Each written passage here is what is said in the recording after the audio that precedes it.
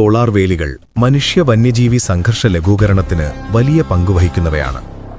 പരിസ്ഥിതി സൗഹൃദപരവും ചിലവ് കുറഞ്ഞതുമായ ഈ സാങ്കേതികവിദ്യ വന്യജീവികളെ ഉപദ്രവിക്കാതെ തന്നെ മനുഷ്യവാസ കേന്ദ്രങ്ങളിൽ നിന്ന് അകറ്റി നിർത്താൻ സഹായിക്കുന്നു.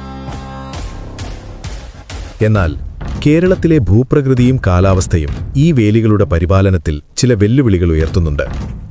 മഴക്കാലത്ത് വേലിക്കടിയിൽ അതിവേഗം വളരുന്ന അടിക്കാടുകൾ തൂങ്ങിക്കിടക്കുന്ന വയറുകളിൽ തട്ടുന്നത് എർത്താകാനും വേലിയുടെ വോൾട്ടേജ് കുറയ്ക്കാനും ഇടയാക്കും. കാറ്റിലും മഴയിലും വലിയ മരക്കൊമ്പുകൾ വേലികളിൽ വീഴുന്നത് വൈദ്യുതി പ്രവാഹത്തിന് തടസ്സം വരുത്തുകയും വേലിക്ക് കേടുപാടുകൾ വരുത്തുകയും ചെയ്യാം. ദുർഘടമായതും ചെങ്കുത്തായതുമായ വനപ്രദേശങ്ങളിൽ വേലികൾ സ്ഥാപിക്കുന്നതും അവ കൃത്യമായി പരിപാലിക്കുന്നതും ശ്രമകരമായ ജോലിയാണ്.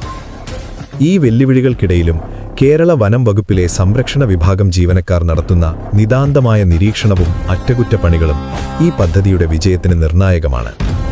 ദിവസേനയുള്ള പരിശോധനകളിലൂടെയും അറ്റകുറ്റപ്പണികളിലൂടെയുമാണ് ഈ വേലികൾ പ്രവർത്തനക്ഷമമായി നിലനിർത്തുന്നത്. മനുഷ്യ വന്യജീവി സംഘർഷം ലഘൂകരിക്കുന്നതിൽ തൂക്ക് സോളാർ വേലികൾ ഒരു മികച്ച മാതൃകയാണ്. ആധുനിക സാങ്കേതികവിദ്യയും പ്രകൃതിയോടിണങ്ങിയുള്ള സമീപനവും ഒരുമിച്ചുകൊണ്ട് മനുഷ്യന്റെയും വന്യജീവികളുടെയും സഹവർത്തിത്വത്തിന് ഒരു പുതിയ പാത തുറക്കുകയാണ് കേരള വനം വകുപ്പ്.